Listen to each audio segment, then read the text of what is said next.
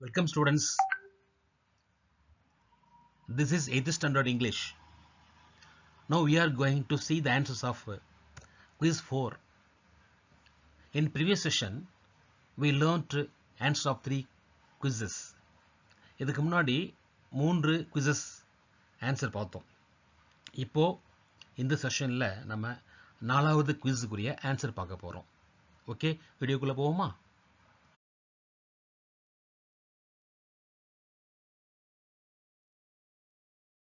It is for pros, hobby turns into a successful career. In the quiz pros second unit 2 prosல hobby turns into successful career இந்த பாடத்தில் எடுக்கப்பட்டிருக்கிறது. இந்த பாடத்தை நீங்கள் தெளிவாக படித்து புரிஞ்சிட்டிங்க அப்படின்னா, இந்த பாடத்தை நான் உங்களுக்கு ஏற்கனவே நடத்தியாச்சு. இந்த பாடத்தை நான் உங்களுக்கு ஆன்லைன் கிளாஸில் நடத்தியிருக்கேன். ஓகேவா? இது சம்மந்தப்பட்ட இந்த குவிஸ் உடைய ஆன்சர் நம்ம பார்க்கலாம். ஸ்டூடெண்ட்ஸ், question number 1 பாருங்க. Pick out the meaning of the underlined word from the given box and write it below. Pick out the meaning of underlined word. ஒரு பேசேஜ் கொடுத்துருக்காங்க, சின்ன பேசேஜ் கொடுத்துருக்காங்க. அதில் சில வேர்ட்ஸ் எல்லாம் அன்லைன் பண்ணியிருக்கு இல்லையா? அதோட மீனிங் பார்ப்போம். Though Raja has been playing for 2 hours. 2 மணி நேரமாக ராஜா விளையாடி இருந்தும் கூட he is not exhausted. The thought of winning the cup energies him. அவர் 2 மணி நேரம் இருக்கார், அப்போ கூட என்ன ஆகலை, அவர் he is not exhausted ஆகலை. என்ன காரணம் அப்படின்னா, நம்ம வின் பண்ணி ஆகணுன்றவன எனர்ஜிஸ் இருக்கு இல்லையா? ஓகேவா? அதுதான் நம்ம மனசு இருந்தது. அப்போது அவர் என்ன ஆகலை, எக்ஸாஸ்டட்னா என்ன ஆகலைன்னு பாருங்கள். ரெஃப்ரெஷ்டு கொடுத்துருக்காங்க, டயர்டுன்னு கொடுத்துருக்காங்க, ஆக்டிவ்னு இருக்குது. Refreshed, tired, active. இதில் சரியான ஆன்சர் என்ன அப்படின்னா, எக்ஸாஸ்டட் அப்படின்றது என்னது? டயர்டு. அப்போது அது களைப்பு ஆகலை. 2 மணி நேரமாக அவர் விளையாடி இருந்தும் கூட அவர் களைப்பாகலை. அப்போது அவருடைய the thought of winning the cup, அவர் கப்பு வாங்கணுன்றது அவர் என்ன கொடுத்து அவருக்கு எனர்ஜிஸ் அப்படின்னு அவருக்கு ஒரு ஆக்டிவாக இருந்தது. அந்த கப்பு வாங்கணுன்ற ஆக்டிவ் தான் அவருக்கு, டயர்டு வரல அவருக்கு. ஓகே, நெக்ஸ்ட் பார்ப்போமா? செகண்டு பாருங்க. Read the passage and answer the questions below. என்ன பேசேஜ் பாருங்க. Elephants are herbivorous and feed on leaves, plants, grains, fruits and more. They are mostly found in Africa and Asia. Most of the elephants are grey in color. However, in Thailand, they have white elephants. In addition, elephants are one of the longest living animals with an average life span of around 5 to 70 years. Elephants are considered to be one of the most intelligent animals. Similarly, they are quite obedient too. Usually, the female elephants live in groups, but the male ones prefer solitary living. Additionally, this wild animal has great learning capacity. Humans use them for transport and entertainment purposes. Elephants are of great importance to the earth and mankind. Thus, we must protect them to avoid imbalance in nature's cycle. இப்போ என்ன கொடுத்தாங்க பார்ப்போமா? Find the opposites for following words from the above passage. பேசேஜில் வேர்ட்ஸுங்க இருக்குது, அதுக்கு opposite கண்டுபிடிக்கணும். என்ன முதல்ல பாருங்கள், பேலன்ஸ். பேலன்ஸ் அப்படின்றதுக்கு வேர்டு எங்கே இருக்குது தெரியுமா? பார்த்தோமா? பாருங்கள், இம்பேலன்ஸ் இருக்கா? இம்பேலன்ஸாக இருக்குது. அந்த இம்பேலன்ஸ் என்னது? அதுதான் ஆன்சர். நெக்ஸ்ட்டு பாருங்கள், ஸ்டூபிட். இந்த ஸ்டூபிட் ஆப்போசிட் இங்கே கொடுத்துருக்காங்க. எங்கே கொடுத்துருக்காங்க பாருங்கள், இன்டெலிஜென்ட். ஓகேவா? அப்போது ஆன்சர் என்ன? இன்டெலிஜென்ட். Next harm. ஹார்ம்ன்ற ஆன்சர் இந்த கொஷின், இந்த வேர்டு எங்கே கொடுத்துருக்காங்க பாருங்கள், ஒபீடியன்ட். அப்போ ஆன்சர் என்ன? ஒபீடியன்ட். நெக்ஸ்ட்டு பார்த்தோம்னா சோசியபிள், அதுக்குரிய ஆன்டனிம்ஸ், அது ஆப்போசிட் இங்கே கொடுத்துருக்காங்க. என்ன அப்படின்னா சாலிட்டரி. ஓகே, மீனிங் பார்த்தோம்னா solitary. So balance, imbalance, stupid, intelligent, harm, obedient, sociable, solitary. இது ஒவ்வொன்றுக்கும் இருக்கிற ஆன்டினம்ஸ். பேலன்ஸ் அப்படின்றது ஆன்டினம் இம்பேலன்ஸ், அது opposite. Stupid opposite intelligent, harm opposite obedient, sociable opposite solitary. Okay students, next look at the following table and put a tick mark to activities related to hobbies. கீழே activities கொடுத்துருக்காங்க. ஓகேவா? இந்த டேபிளை பார்த்துட்டு நம்ம இதை ஹாபிஸா இல்லையா அப்படின்றத நம்ம டிக் பண்ணணும். அதை என்ன டேபிள் பாருங்கள், ஆக்டிவிட்டி கொடுத்துட்டாங்க, டிக் மார்க் பண்ணலாமா? முதல்ல பார்த்தோம்னா ட்ராயிங்ன்றது ஆக்டிவிட்டியா? ஆக்டிவிட்டி தான், பட் ஹாபியான்னு கேட்குறாங்க. ட்ராயிங் அப்படின்றது ஹாபி அப்படின்னா நம்ம என்ன செய்யலாம், டிக் மார்க் கொடுக்கலாம். நெக்ஸ்ட்டு பார்த்தோம்னா இதில் வந்து பேக்கிங் அப்படின்றது இது வந்து ஒரு ஆக்டிவிட்டி தான். பேக்கிங் அப்படின்றது ஒரு ஹாபின்னு சொல்ல முடியாது. பேக்கிங் அப்படின்றது குக்கிங்கில் ஒரு வகை. குக்கிங் அப்படின்றதுல ஒரு ஐட்டம், ஒரு வகை தான் வந்து பேக்கிங். அப்போ ஆனால் குக்கிங் வேணால் ஒரு ஹாபியாக சொல்லலாம். ஓகேவா? அதில் பேக்கிங் மட்டுமே நம்ம வந்து ஹாபி எடுத்துக்க முடியாது. ஸோ குக்கிங், அதில் பேக்கிங் அப்படின்றது அது ஹாபி இல்லை. நெக்ஸ்ட்டு பாருங்க, ஒரு ஆக்டிவிட்டி ப்ரீத்திங்ன்றது அது ஒரு activity, but not hobby. Shopping அப்படின்றது இது ஹாபி. அப்போது ட்ராயிங் அப்படின்றது ஒரு ஹாபி, ஷாப்பிங் அப்படின்ற ஒரு ஹாபி எடுத்துக்கலாம். பட் பேக்கிங், ப்ரீத்திங்ன்றது நம்ம வந்து ஹாபி எடுத்துக்க வேண்டியதில்லை. நெக்ஸ்ட்டு பாருங்கள், தேர்ட் என்ன பார்ப்போம். Read the passage and answer the questions below. இந்த பேசேஜை படிச்சுட்டு என்ன பேசேஜ் பார்ப்போமா? One day the giant came back. giant திரும்பி வந்தார். he had been to visit his friend Cornish ogre. அவருடைய ஃப்ரெண்டு கார்னிஷ் ஓகரை பார்க்க வந்தார் அவர். and had stayed with him for 7 years. அவரோட 7 வருஷமாக தங்கியிருந்தார். after 7 years 7 வருஷம் முடிஞ்சது. he determined to return to his own castle. அவர் சொந்த கேசில் கோட்டைக்கு போகிறதுக்காக முடிவு பண்ணார். when he arrived, அங்கே சேரும் பொழுது he ran to the children playing in the garden. கார்டனில் அங்கே குழந்தைங்கள்லாம் வந்து விளையாடுறதை பார்த்தாரு. What are you doing here? He cried in a very gruff voice. ரொம்ப கிரஃப்னா கடவுளோட வாய்ஸில் என்ன பண்ணிட்டு இருக்கீங்க அப்படின்னு கேட்டார். அந்த சில்ட்ரன் ரேன் அவே. உடனே எல்லா குழந்தைங்க ஓடி போயிடுது. My own garden is my own garden. Own, இதனுடைய கார்டன் என்னது, சொந்தமானது கார்டன் said the giant. சொன்ன பின்னாடி anyone can understand, எல்லாம் புரிஞ்சுக்கோங்க, that and I will allow nobody to play in it. யாருமே விளையாட நம்பிக்க மாட்டேன், பட் மை செல்ஃப், நான் மட்டும்தான். So he built a high wall. உயரமான ஒரு சுவரை கட்டினாரு. All around it and put up a notice board. என்ன நோட்டீஸ் போர்டு போட்டார் அவரே? டெஸ்போசஸ், வழிபோக்கர்கள் வில் பி ப்ரசிக்யூட்டட், தடுக்கப்படுகிறார்கள், அனுமதிக்கப்படுவதில்லை. ஓகேவா? அப்போது ஃபஸ்ட்டு 4th கொஸ்டின் பாருங்கள். கிரஃப் வாய்ஸ் மீன்ஸ், கிரஃப் வாய்ஸ் அப்படின்னா கடமுடான ஒரு குரல். என்னதுக்கு?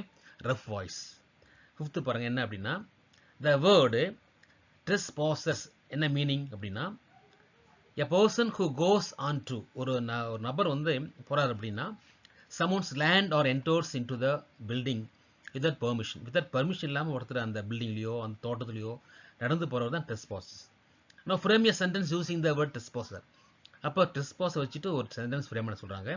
பண்ணுவோமா? they keep on eye out of trespassers in the garden. கார்டனில் இருக்கிற வழிபோக்கர்கள் நடந்து போகிறாங்க இல்லையா, அவங்க மேலே ஒரு கண் வச்சுட்டு இருக்காங்க, அவங்க கவனிக்கிறான்னு அர்த்தம். கீப் ஆன் ஐனா கவனிக்கிறாங்கன்னு அர்த்தம். ஓகேவா? இப்போ டெஸ்பாசஸ் கார்டனில் போகிறவங்கள கவனிக்கிறாங்க. டெஸ்பாசஸ் அப்படின்றது தோட்டத்துலேயோ அந்த ஒரு குறிப்பிட்ட லேண்ட்லேயோ வழியில் நடக்கிறவங்க தான் டெஸ்பாசஸ். ஓகே ஸ்டூடெண்ட்ஸ், உங்களுக்கு புரியுதா? உங்களுக்கு students, 4th, read the paragraph given below on swimming as hobby. swimming as hobby என்ற டாப்பிக்கில் ஒரு பேராகிராஃப் கொடுத்துருக்காங்க. now write paragraph on yoga as hobby. Yoga as hobby அப்படின்ற நம்ம வந்து ஒரு பேராகிராஃப் பார்க்கலாமா? முதல்ல ஸ்விம்மிங் பேராகிராஃப் பார்ப்போம். பாருங்க எப்படின்னு பாருங்க. swimming is considered as the perfect hobby to have because of its innumerable benefits physically as well as mentally. உடம்பு ரீதியாகவும் மன ரீதியாகவும் ரொம்ப அதிகப்படியான நமக்கு பெனிஃபிட் இருக்கு. it provides an alternative to all the heavy duty exercise. ரொம்ப கஷ்டமான எக்ஸசைஸ்லாம் இருக்கு இல்லையா, இதுக்கு ஒரு ஆல்டர்னேட்டிவ், இன்னொரு மாறுபாடுன்னு சொல்லுவோம் நாம. which make you feel tired. நம்ம டயர்டாக இருக்கும் பொழுது அந்த எக்ஸாஸ்டட் அப்போ இருக்கும்போது நமக்கு வந்து என்ன செய்யும், நமக்கு ரொம்ப நல்லா இருக்கும். Even any person having minor injuries, நம்ம வந்து உடம்புல ஏதாவது மைனர் இன்ஜுரிஸ் இல்லையா, சின்ன சின்ன காயங்கள் இருந்தாலும் கூட கேன் டூ ஸ்விம்மிங் செய்யலாம். Also age is not factor for swimming. இந்த ஸ்விம்மிங் செய்கிறதுக்கெல்லாம் வந்து ஒரு வயசோட பொருட்டே இல்லை, எல்லா வயசும் செய்யலாம். Any person of any age, எந்த நபராகவும் எந்த வயசுனாலையும் கேன் என்ஜாய் ஸ்விம்மிங். நம்ம வந்து நீச்சல் அப்படின்றத என்ஜாய் பண்ண முடியும். as it will not indulge you in heavy duty workout. இது வந்து பெரிய ஒரு ரொம்ப அதிகப்படியான ஹெவி ஒர்க் டியூட்டி நம்ம வந்து சொல்ல முடியாது, அதெல்லாம் சேர்க்க மாட்டாங்க. இப்போ இதை வச்சுட்டு நம்ம செய்வோம் யோகா. நம்ம வந்து ஒரு பேர் எழுதுவோமா? பாருங்க என்ன அப்படின்னா, யோகா இஸ் கன்சிடர்டு, அதே போல் நம்ம பாருங்க ஸ்விம்மிங் இஸ் கன்சிடர்டு மாதிரி yoga is considered as a perfect hobby to have because of it innumerable benefits physically as well as mentally. நம்ம எப்படி இருக்கோ அதே போல நம்ம எழுதுற. It provides என்ன பண்ணிருக்கு an alternative to all the heavy duty exercise. Heavy duty exercise alternative இருக்கு which make us feel tired and exhausted. நம்ம ஸ்விம்மிங் எடுத்து யோகா போடுறோம், அவ்வளவுதான். ஸ்விம்மிங் இருக்கு இல்லையா, அதை ரீப்ளேஸ் பண்ணிட்டு யோகா போடுறோம். It helps to integrate body and mind. Anybody could practice yoga. Age is never a barrier. ஏஜ்ன்றது முக்கியம் நமக்கு இல்லை. And yoga is apted over the other kinds of exercise. இது ஒரு எக்ஸசைஸ் மாதிரி தான். As it gives calms for both body and soul. நம்ம உடம்புக்கும் ஆன்மாவுக்கும் நம்ம ஒரு அமைதி கொடுக்குது. At the same time, yoga is the best treatment for diseases. நோய்க்கு வந்து யோகா அப்படின்றது ஒரு முக்கியமான நல்ல ஒரு ட்ரீட்மெண்ட், ஓகேவா, நல்ல ஒரு சிகிச்சை. ஆல்சோ பாருங்க, இந்த ஸ்விம்மிங் இருக்கு இல்லையா, அது என்ன கொடுத்துருக்காங்களோ அதை அப்படியே நம்ம பேசிஸாக எழுதியிருக்கோம். சில மாறுபாடுகள் இருக்குது. யோகா ஸ்விம்மிங் தகுந்த மாதிரி யோகாவை சில மாற்றி கொடுத்துருக்கோம். ஓகே ஸ்டூடெண்ட்ஸ், நீ எல்லாம் படித்து பாருங்கள், உங்களுக்கு புரியும். நெக்ஸ்ட் போவோம். ஓகே, ஃபிஃப்த்து பாருங்க. Develop the following hints into a paragraph with proper beginning, middle and end. இந்த ஹிண்ட்ஸ் கொடுத்துருக்கோம், அதை வச்சு என்ன செய்யணும், ஒரு பேராகிராஃபாக டெவலப் பண்ணணும். என்ன ஹிண்ட்ஸ் பார்ப்போமா? A salt seller, ஒரு உப்பு வியாபாரி. Salt bag donkey, உப்பு பேக்கு கழுதை. Market on the way, வழியில் ஒரு மார்க்கெட்டு. Cross a stream, ஒரு ஓடையை கிராஸ் பண்ணுறாங்க. One day, ஒரு நாள். Tumbled down, கீழே விழுந்தது. Salt bag. Fell into the water, தண்ணிக்குள்ள விழுந்தது. சால்ட் டிசால்வ், சால்ட் கரைஞ்சது. Water bag light to carry, அந்த டாங்கிக்கு வந்து வாட்டர் பேக் வந்து இந்த சால்ட் பேக்கு இல்லையா, பேக் எப்படி இருந்தது, ரொம்ப லைட்டாக இருந்தது, கனமில்லாமல் இருந்தது. டாங்கி ஹாப்பி, டாங்கி சந்தோஷமாகிடுச்சு. Donkey play the same trick, இதே ஒவ்வொரு முறையும் இந்த மாதிரி ஒரு ட்ரிக்கை வந்து தந்திரத்தை அதை செஞ்சது. த சால்ட் செல்டர் அண்டர்ஸ்டாண்ட், இந்த சால்ட் புரிஞ்சிட்டாரு. த ட்ரிக் டிசைடட், அடுத்த அதுக்கு ஒரு ட்ரிக் என்ன அப்படின்னா, டீச் லெசன் நெக்ஸ்ட் டே, இந்த டாங்கியாக ஒரு பாடம் கற்பிக்கணும்னு நினைச்சார் அவர். லோடர் காட்டன் பேக், இப்போ என்ன பண்ணார் அவர், பருத்தி அடங்கிய ஒரு பேக் டாங்கி மேலே ஏற்றினார். அந்த டாங்கி என்ன பண்ணிச்சு, பிளேடு சேம் ட்ரிக், அதே போல் தண்ணீர் விழுந்தது. த டேம்பன்டு, நனைஞ்சது.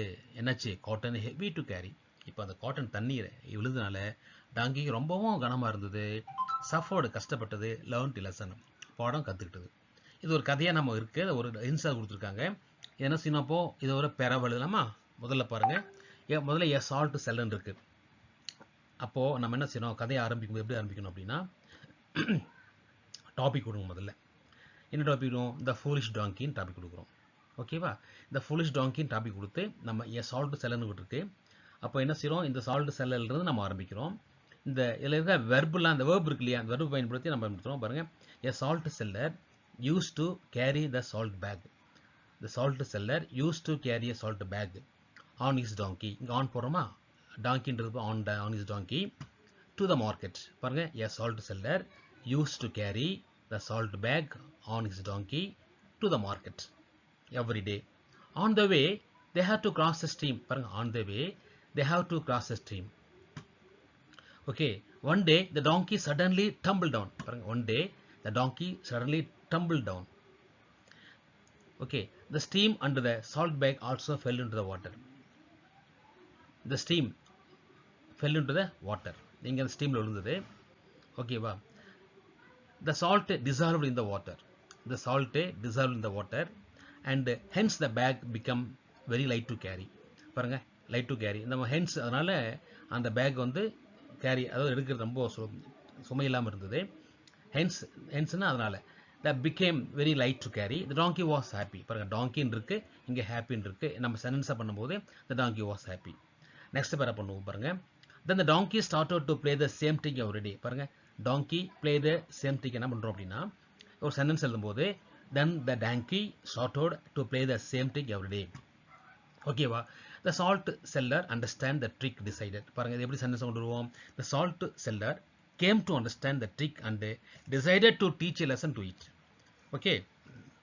The next day he loaded a cotton bag. பாருங்க that he next lesson next day loaded a cotton bag. அது என்ன எப்படி நம்ம சென்டென்ஸ் கொண்டு வருவோம். The next day he loaded a cotton bag on the donkey. ஓகேவா. A donkey played same trick. அப்ப என்னாச்சு, again it played the same trick. It into donkey குறிக்குது. Again it played the same trick hoping that the cotton bag would be still become highlighter.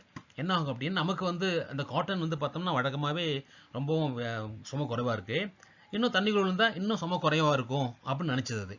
become lighter. But the dampened cotton became very heavy. பாருங்க the dampened cotton heavy to carry. அப்போ become heavy to carry. ரொம்பவும் தண்ணியில் நனைஞ்ச உடனே தண்ணி உள்ள நனைஞ்சு என்னச்சுது ரொம்பவும் கனமாயிடுச்சு. And suffered much. பாருங்க சஃபர்டுக்கு மச்சு போடுறோம். It learned lesson. அது ஒரு பாடம் கற்றுக்கிட்டது. Afterwards it did not play the trick. அதுக்கு முன்னாடி அந்த மாதிரி இந்த ட்ரிக் பண்ணல. And seller was happy. என்ன மாரல் கொடுக்குறோம். Luck won't favour always. எப்பவுமே லக்கு வந்து ஒரே சமயத்தில் இருக்காது. ஓகே ஸ்டூடெண்ட்ஸ், இப்போ உங்களுக்கு புரிஞ்சுன்னு நினைக்கிறேன். இப்போ இந்த பார்த்தோம்னா இந்த ஹின்ஸ் இருக்கு இல்லையா, இந்த ஹின்ஸை பயன்படுத்தி எப்படி ஒரு பேராவை எழுதணும். இது வந்து ஹின்ஸ் கொடுத்துருக்காங்க. டாபிக் கண்டிப்பாக நம்ம எழுதணும். நம்ம ஒரு ஹின்ஸ் கொடுத்துருக்காங்க அப்படின்னா அந்த ஹின்ஸை பயன்படுத்தி எப்படி செய்யணும் ஒரு முறை இருக்குது. முதல்ல என்ன செய்யணும், டாபிக் இம்பார்ட்டன்ட். டாபிக் கொடுக்கணும். இதை படித்து பார்த்துட்டு இதை என்ன செய்யணும், 2 or 3 பேராகிராஃபாக பிரிக்கணும். 2 or 3 பேராகிராஃப். ஏன்னா ஃபஸ்ட்டு முதல்ல ப்ராப்பர் பிகினிங் இருக்கணும். பாருங்க இதுதான் பிகினிங். மிடில் சொல்லும்போது இம்பார்ட்டண்ட்டாக இருக்கிற இதில் கருத்துக்கள் இருக்கும். அதில் அப்புறம் முடிவு கொண்டு வரணும். என்ன முடிவுன்னு கொண்டு வரணும். லாஸ்ட் என்ன செய்கிறோம், இதுக்கு ஒரு மாரல் கொடுக்கணும். ஓகே ஸ்டூடெண்ட்ஸ், புரியுதா உங்களுக்கு?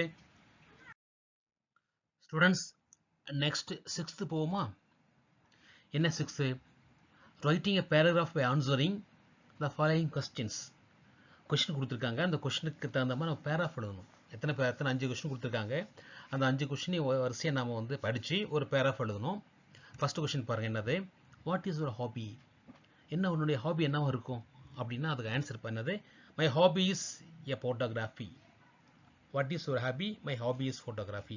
இந்த கொஸ்டினுக்கு ஆன்சர் ஆகிட்டோம். செகண்ட் கொஸ்டின் பாருங்க, B how much time to you spend for that activity.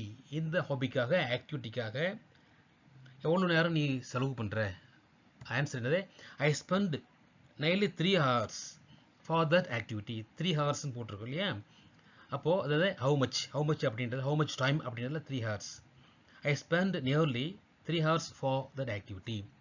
Third பாருங்க, with whom do you spend your free time.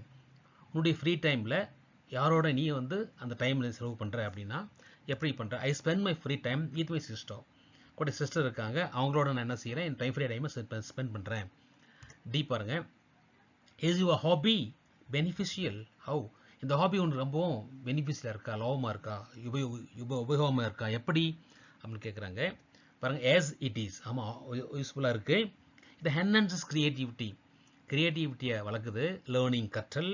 Health and fitness, என்னுடைய ஹெல்த்தும் ஆரோக்கியம், ஃபிட்னஸ் என்ஹான்ஸ் பண்ணுது. It is a fun also, இது எனக்கு வந்து ஃபன்னாகவும் இருக்குது அப்படின்னு இதுக்கு ஆன்சர் சொல்கிறோம் இல்லையா. இ பாருங்கள், will you suggest your hobby to your friends. why. இந்த ஹாபியை நீ உன்னோட ஃப்ரெண்ட்ஸுக்கு நீ ஆலோசனை சஜஸ்ட் பண்ணுவியா, ஏன் பண்ணுவ அப்படின்னா ஆன்சர் பாருங்கள், எஸ் நான் சஜஸ்ட் பண்ணுவேன். I will suggest my hobby to my friends because it captures memories. இந்த மாதிரி ஃபோட்டோகிராஃபி வந்து நம்முடைய மெமரியை வந்து கேப்சர் பண்ணுது. Learning new skill and much useful when traveling. இதுதான் நான் காரணமாக சொல்கிறாங்க. இப்போ அந்த பற்றியை நம்ம வந்து படித்து கொஷின்ஸை பேராவை படித்தோம் அப்படின்னா, my hobby is photography. I spend nearly 3 hours for that activity. I spend my free time with my sister. Yes, it is. It enhances creativity, learning, health and fitness. It is a fun also. Yes, I will suggest my hobby to my friends because it captures memories, learning new skill and much useful and traveling. அப்போ நம்ம இதை அப்படியே நம்ம என்ன செய்வோம், pair of எழுதிட்டோம். Okay, புரிஞ்சுதா students? Next போவோமா students? Next exercise 7th. read the passage and replace the capitalized words with the correct words. இதில் இந்த பேசேஜில் ஒரு கேபிட்டல் வேர்ட்ஸ் கொடுத்துருக்காங்க. என்னென்னு பாருங்கள். our class is consisting. இப்போ is consisting இந்த கேபிட்டல் இருக்கு இல்லையா, இதை மாற்றணும். of 30 students our teacher was teaching. was அப்படின்றது கேபிட்டல் மாற்றணும். English now. she லைக்ன்றது மாற்றி ஆகணும். as very much. she is very skillful person. she takes the classes in a funny on an interesting way. இது கொடுத்துருக்காங்க. இப்போ என்னென்ன இருக்குது அப்படின்னா, இந்த இடத்துல இருக்கிற இந்த கன்சிஸ்டிங் இருக்கு இல்லையா, இந்த இஸ் கன்சிஸ்டிங் இதை மாற்றி ஆகணும். அப்புறம் வாஸ் அப்படின்றத மாற்றி ஆகணும். லைக் அப்படின்றத மாற்றி ஆகணும். ஸ்கில்ஃபுல் அப்படின்றத மாற்றி ஆகணும். இன்ட்ரெஸ்டிங்ன்றதை மாற்றி ஆகணும். ஓகேவா? இதில் என்ன அப்படின்னா, சிலர் பார்த்துக்கணும் டென்ஸ் நம்ம கவனிக்க வேண்டியிருக்கு. சிலர் வந்து கான்டென்ட் பொருளை மாற்ற பொருளையும் கவனிக்க வேண்டியிருக்கு. இப்போ பார்த்தோம்னா நம்ம என்ன வரும்னு பாருங்கள். நம்ம வந்து உங்களுக்கு நார்மலாக இந்த பேரை அப்படியே கொடுத்துருக்கோம். அவர் class dash of 30 students. Our teacher teaching English now. She dash use us very much. She is dash person. She takes the classes in funny dash when இருக்கு. இப்போ இந்த our class is consisting அப்படின்றது பார்த்தோம்னா, consisting of 30 students அப்படின்றது, இந்த consisting அப்படின்றது present continuous இருக்கு. நம்ம தேவையில்லை, சிம்பிள் ப்ரெசன்ட்லேயே கொண்டு வரலாம். என்ன வரும் பாருங்கள், consists. அப்போது our class consists of 30 students. ஏன் consist போடுறோம்னா, our class அப்படின்ற தேர்ட் பர்சன் சிங்குலர் அதை போடுறோம். அப்புறம் பாருங்கள், அவர் கிளாஸ் டீச்சிங், அவர் class dash teaching English now. நவ்ன்றது என்ன பாருங்கள், நவ் அப்படின்றது ப்ரெசன்ட் கண்டினியூஸ். நவ் இப்போது என்ன பண்ணிகிட்டு இருக்காங்க, டீச்சிங் ஐஞ்சி, இங்கே வந்து ப்ரெசன்ட் கண்டினியூஸ் ஐஞ்சி வருது. பட் அங்கே ஒரு பியர் போடணும். என்ன பியர் போகிறோம், ஈஸ். அவர் teacher is teaching English now. ஏன் வாஸ் போடக்கூடாது அப்படின்னா, நவுன்றது இப்போ நடந்துட்டு இருக்கிறதுனால வந்து ப்ரெசன்டென்ஸு. She dash as very much, இங்கே லைக் கொடுத்துருக்காங்க. ஷி லைக் அப்படின்றது பார்த்தோம்னா, she in third person singular, லைக்ன்றது ப்ரெசன்ட் வெர்பு. தேர்ட் பர்சன் சிங்குலருக்கு ப்ரெசன்ட் வெர்பு லைக் வந்ததுன்னா கூட என்ன சேர்ந்து வரும், எஸ் சேர்ந்து வரும். அதான் correct. She is very dash person. She is எ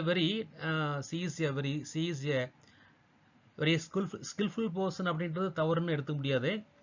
இதுக்கு பதிலாக வேற ஒரு வேர்டு போடலாம். ஓகேவா? She is a very skilful person இருக்கு இல்லையா, இதுக்கு வேற ஒரு வேர்டு போடலாம். என்ன போடலாம், டேலண்டட் பர்சன் போடலாம். ஸ்கில்ஃபுல் எல்லாம் ஒன்று தான், இது வேறு வேர்டு போகிறாங்க அவ்வளோதான். தப்புன்னு சொல்ல, இது தவறுன்னு சொல்ல முடியாது. She takes the class in a funny way, funny and inspiring way. Okay students, இப்போ நம்ம வந்து இந்த கன்சிஸ்ட் லைக்ஸ் ஈஸ் அப்படின்றது டென்ஸ் ராங்கர், அது எரர் கண்டுபிடிச்சிட்டோம். ஆனால் டேலண்டட் இன்ஸ்பைரிங் அப்படின்றது நம்ம வந்து ஸ்கில்ஃபுல் இன்ட்ரெஸ்டிங் ஒரு ஆல்டர்னேட்டிவ் தான் இல்லையா, இது தவறு இல்லை. உங்களுக்கு புரிஞ்சுதா? உங்களுக்கு நெக்ஸ்ட் போவோமா students? we are going to see the answer of 8th question. என்ன 8th question பாருங்க. Look at the following pictures and write a story with the proper beginning, middle and end. இப்போ நம்ம வந்து பிக்சர்னு பார்ப்போமா? இந்த பிக்சரில் பாருங்கள், ஒரு பையன் இருக்கான், கூட ஒரு நாய் இருக்குது. ஓகேவா? நாய் எந்த கண்டிஷன் இருக்குது நம்மளுக்கு சொல்ல முடியாது. ஆனால் இது ஒரு வீடு இருக்குல்ல, அந்த வீட்டுக்கு முன்னாடி அந்த பையனும் அந்த நாயும் இருக்காங்க அப்படின்ட்டு மட்டும் தெரியுது. அந்த நாய் வந்து பார்த்தீங்கன்னா அழுக்காக இருக்கும் போல் இருக்கு. நம்ம என்ன செய்கிற, நாயை வந்து ஒரு டப்பில் குளிப்பாட்டுறான். நல்லா பாருங்கள், அந்த குளிப்பாட்டி துடைக்கிறலாம் செய்கிறான். அது உணவுலாம் கொடுக்குறான், செய்கிறான். அந்த இது வந்து நாயை வந்து அவன் ரொம்ப பழகிறான். நாளையே பிக்சர் கொடுத்துருக்காங்க, இதை வச்சு நம்ம டெவலப் பண்ணலாம். நாயை வந்து பார்க்குறான், டப்பில் குளிப்பாட்டுறான் இல்லையா, இதுலேயும் குளிப்பாட்டு நல்லா பாரு. இந்த 3வது படமும் குளிப்பாட்ட மாதிரி தான் இருக்குது. 4th பிக்சர் பார்த்தீங்கன்னா நாய் கூட அவன் வந்து நாய் நல்லா பழகிட்டு இருக்காங்க. இந்த நாளை வச்சுக்கிட்டு நம்முடைய கருத்தையும் சில கருத்தையும் சேர்த்து ஒரு பேரா எழுதுவோம். அது பிகினிங் இருக்கணும், மிடில் இருக்கணும், எண்ட் இருக்கணும். அதுக்கு ஒரு டாபிக் கொடுப்போம். டாபிக் என்ன கொடுக்கலாம் அப்படின்னா கைண்ட்னஸ் டாபிக் கொடுப்போம். இப்போ பாருங்கள், நம்ம வந்து பேரா படித்து பார்ப்போம். அப்படின்னா once there was a boy named Gree. நாம ஒரு பேர் கொடுத்துக்கலாம், கிரீன் பேர் கொடுத்துக்கலாம். he was very kind, ரொம்ப அன்பாக இருப்பான். to everyone, even to animals. எல்லார்கிட்டையும் மட்டும் இல்லாமல் அனிமல்கிட்டையும் ரொம்ப அன்பாக இருப்பான். one day he saw a dog in front of his house. வீட்டுக்கு முன்னாடி நாயை பார்க்குறான். he picked up the dog and bathed the tub. டப்பில் வச்சு குளிப்பாட்டுறான். நம்ம பாத்னு சொல்லக்கூடாது, பெய்த் தான் படிக்கணும் இல்லையா? ஓகேவா? பாத்ன்றது வந்து நவுனு, இது verb. he picked up the dog and bathed in a tub. டப்பில் குளிப்பாட்டுறான். he fed the dog with vegetable and rice. நாய்க்கு வந்து வெஜிடபிள் ஒன்றெல்லாம் ஊட்டுறான். அந்த படம் இல்லை, இருந்தால் நம்ம சொல்லலாம். இது வந்து பிகினிங். மிடில் பாருங்கள், அந்த டாக் மிடில் எல்லாமே பார்த்தோம்னா dog was playing with him as a pet one. அந்த நாய் வந்து பெட் ஒன்னா, ஒரு செல்ல பிராணியாக வந்து அவங்கள்ட்ட விளையாட்டுருக்கு. he built a bond of love and trust with an important new member of his family. நாய் கூட ஒரு அன்பு, அவனோட பாண்ட் அண்ட் அன்பை வந்து வளர்த்துக்கிட்டான். நம்பிக்கையாக இருக்கான். முக்கியமான அவங்க வீட்டில் ஒரு மெம்பரை வச்சுட்டு ஒரு முக்கியமான மெம்பர் அப்படின்னு நினச்சிட்டு என்ன பண்ணிகிட்டு இருக்கான், பழகிட்டு இருக்கான். இது வந்து மிடில். எண்ட் என்ன பாருங்கள், கைண்ட்னஸ் சேஞ்சஸ் எவ்ரிதிங். அன்பு எல்லாவற்றையும் மாற்றும். இது வந்து ப்ராவர்பு தான் என்டர் சொல்கிறோம். நம்ம ஒரு பேரா எழுதும்போது டாபிக் இருக்கணும், பிகினிங் இருக்கணும், மிடில் இருக்கணும், ஒரு எண்டில் வந்து ஒரு ப்ராவர்ப் இருக்கணும். ஓகே ஸ்டூடெண்ட்ஸ், உங்களுக்கு புரியுதா? கொடுக்கப்பட்ட 4 படம் இருக்குது. இதை என்ன செய்வோம், நம்ம வந்து ஒரு இதை பயன்படுத்திக்கிட்டு ஒரு நம்ம பேராக பண்ணியிருக்கோம். ஓகே ஸ்டூடெண்ட்ஸ், நெக்ஸ்ட் போவோமா?